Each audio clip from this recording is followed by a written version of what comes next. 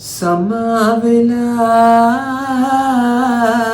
නුඹ හැඩකාරයි කටකාරයි සොකරි යන්න එපා පොඩ කල්පනා කරලා බලන්න. වැනි රස කෑම දිව කාලා ත්‍රිලෝක විජය පත්‍ර පරිභෝජනය කරන්න වඩාත් සුදුසුයි. සුරලෝක පේන සැපගාව මාත් හරින්න එපා. නුඹ වැතිරීලා උඩුකුරුව සයනේ ඉන්න සොඳා. බඳ අල්ලාලා නලවාලා පවලම් මාල දමා මදුක කොමන් නිවසන්ද අන්ලා කඳුසලා. හිතමත් කරන සිල් සුවඳ ගැලුවා තෝරකලා.